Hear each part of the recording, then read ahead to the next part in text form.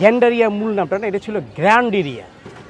আপনি যখন পাকিস্তানের আগে যখন আপনার ব্রিটিশ যখন সাম্রাজ্য ছিল, তখন ওই ব্রিটিশ সাম্রাজ্যের সময় এই হিন্দু হিন্দু হিন্দু ধন্যাঢ্য পরিবারের লোকেরাই এই এলাকাটা থাকতো।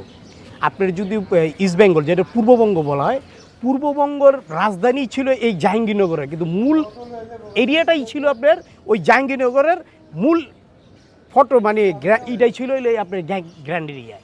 এইখানে হিন্দু ধন্যাঢ্য পরিবার থাকতো এবং এই উপমহাদেশের সবচেয়ে নাম করা লোকেরাই থাকতো। ওই নাম করা লোকের কারণেই এটা গ্র্যান্ড এরিয়া হয়েছে। আপনি দেখেন একটা পরিকল্পিত শহর এই গ্র্যান্ড এরিয়াটা, মানে যেটা গ্র্যান্ড এরিয়া পরিকল্পিত শহর বলতে আপনি দেখেন এই যে এই গ্র্যান্ড এরিয়ার কারণে এগুলো একটা রেল স্টেশন তৈরি হয়েছে, গ্র্যান্ড রেল স্টেশন, যাতে মানুষের সুযোগ সুবিধাটা যেন কমতি না থাকে। একটা পরিকল্পিত যেন একটা নগরী তৈরি হয়। এই নগরীর পরিবেশ শুধু এইটা এই আপনার গিয়ে রেল স্টেশন না, আপনার পাশে দেখেন নদী, এই যে বুড়িগঙ্গা নদী, যাতে নৌপথ রেলপথ এবং যোগাযোগ কমিউনিকেশনটা যদি একুরেট থাকে, এই একুরেটের কারণেই করলাম এই গ্র্যান্ড এরিয়া তৈরি হয়েছে। যার জন্য দেখেন একটা পুকুর আছে। আপনি এই গ্র্যান্ড এরিয়াটা আপনি মনে করেন পুরাটা যেটা ঐতিহ্যগুলো আছে, পূর্বের ঐতিহ্যগুলো, বাড়িগুলো দেখেন একটা রাজকীয় বাড়ি, যে হিন্দু যেগুলো হিন্দু সম্পত্তি ছিল। আপনি আরেকটি বিশেষ করে দেখেন এই যে গ্যান্ডারিয়া হাই স্কুল, এইটাগুলো একজনের বাড়ি ছিল, এক রাজা। আপনি ওই আপনি যদি স্কুলে যে দেখেন ওই রাজার বাড়িটা পরে উনি এনে ওয়াকফ করে দিয়ে গেছে। ওয়াকফ করে ওটাকে ওই বাড়ির নকশা দেখলে আপনি বুঝতে পারবেন যে এটা আসলে প্রকৃত গ্র্যান্ড এরিয়া কিনা।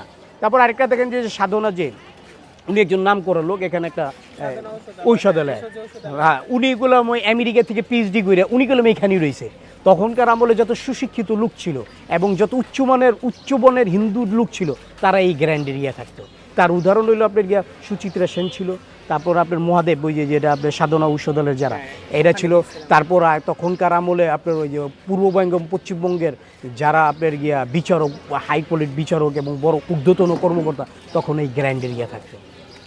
তারপর এই গ্র্যান্ড এরিয়া পাকিস্তান আমলে তখন এই গ্র্যান্ড এরিয়ার নাম করার পর এই যে আপনি যে ডিআইটি প্লটটা, এটা তখন যেহেতু একটা সুসম্মান, তখন এই সম্মানিত জায়গাটার এই আপনার গিয়া ডিআইটি রাজুক এটা নিয়ে নেওয়ার কারণ হইল যেহেতু একটা সুপরিকল্পিত একটা জায়গা, এই কারণে সরকারি যত লোক ছিল এরা, যেটা পাকিস্তান আমলে এই সরকারি লোকগুলো এই জায়গায় প্লট বরাদ্দ দিল, কারণ ওই নামের কারণে যে গ্র্যান্ড এরিয়া। যখন আপনি যখন সরকারি ঊর্ধ্বতন কর্মকর্তারা তারা একটা ভালো কিছুই চায়, যত সুযোগ সুবিধা আছে, তো সুযোগ সুবিধার পরিপ্রেক্ষিতে গেলাম এই এরিয়াটারে তারা পছন্দ করে নেয় রাজু।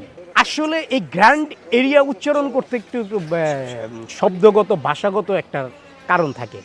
এই শব্দগত ভাষাগতর কারণে এই জিনিসটা চলে গেছে, অনেকেই বলতে পারে না গ্র্যান্ড এরিয়া।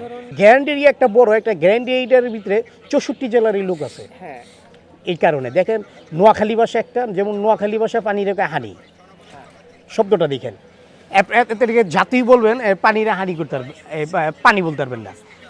বরিশালের ল্যাঙ্গুয়েজটা দেখেন তাদের ভিন্ন, আপনার কুমিল্লার ভাষাটা দেখেন তাদের ভিন্ন, মুন্সিগঞ্জের ভাষাটা দেখেন তাদের ভিন্ন, চিটাগাংয়ের ভাষা বলেন তাদের ভিন্ন, সিলেটের ভাষা বলেন তাদের ভিন্ন। এই 64 জেলার লোকটাই গেল আমাদের এই গ্যান্ডারিয়া।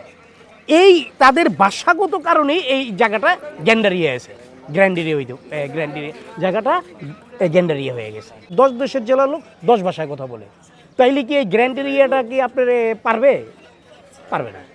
এই কারণটাই গ্র্যান্ড এরিয়া নামে। মানুষ এখন চায় সংক্ষিপ্ত, যে আমি গ্র্যান্ড এরিয়া আমি এতভাবে বলতে পারবো না, আমি এটা গ্র্যান্ড এরিয়া বলতে পারবো, তাইলে তুমি বুঝবো এটা গ্র্যান্ড এরিয়া।